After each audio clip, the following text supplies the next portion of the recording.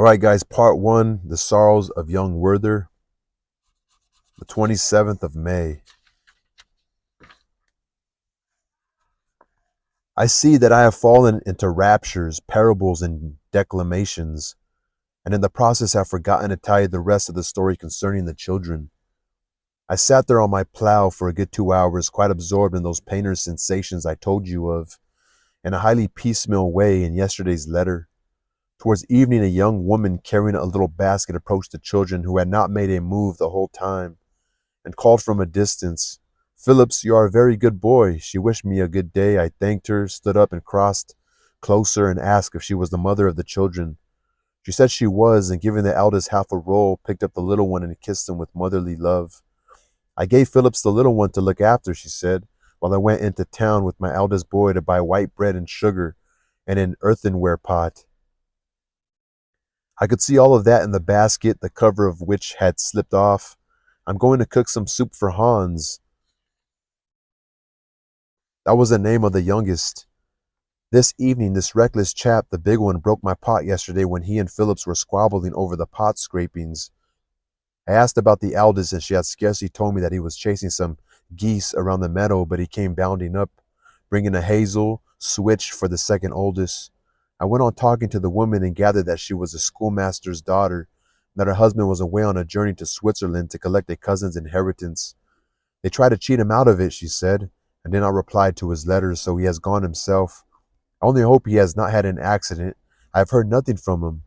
Reluctantly, I took my leave of the woman, giving a kreutzer to each of the children and her one for the youngest too, so that she could buy it a roll to go with the soup when next she went to town.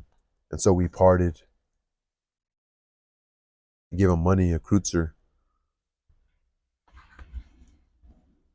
I tell you, my precious friend, whenever my mind is tottering, all the tumult is soothed to quiet by the sight of a creature like this, living in the small daily round of her existence, in a state of happy tranquility, getting by from one day to the next, seeing the leaves fall and thinking nothing but that winter is coming.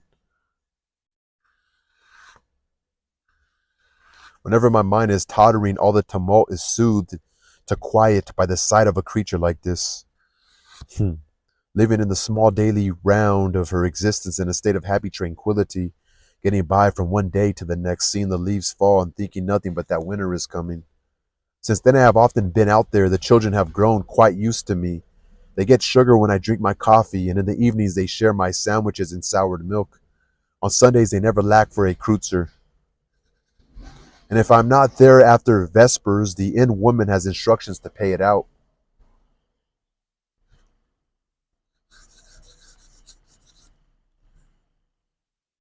They are on intimate terms with me, tell me all manner of things, and I take particular delight in their passions and simple cravings once a number of the village children are together. I've been at great pains to disabuse their mother of her concern that they might be inconvenient. I have been at great pains to disabuse their mother of her concern that they might be inconveniencing the gentleman. I mean, he tells them all, "Relax, they're not a problem at all, man. Like, they're not inconveniencing me. I have been at great pains to disabuse their mother of her concern that they might be inconveniencing the gentleman."